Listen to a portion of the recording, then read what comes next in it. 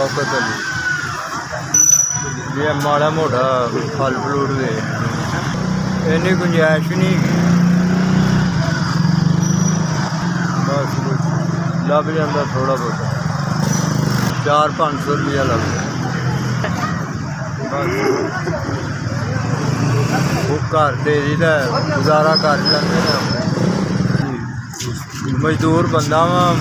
किराए की रेहड़ी किराए का घर है तो मैं इन्ना नहीं कुछ भी कर सकता ਧੀਆਂ 2 पुत्तर 5 ਧੀਆਂ ने 2 पुत्तर बस अल्लाह ही पूरी करता है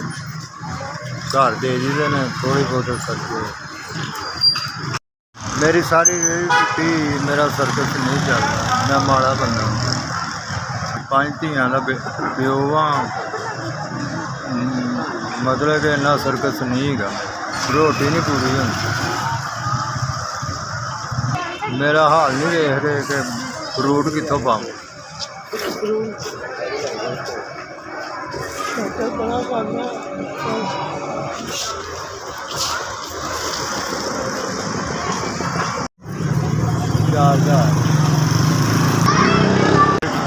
मेहरबानी तुहाडी जी अल्लाह ताला का तुसीं मैनूं दित्ते ने तुहाडी बड़ी मेहरबानी अल्लाह ताला उन्हां नूं बरकत पावे जी कारोबार आमीन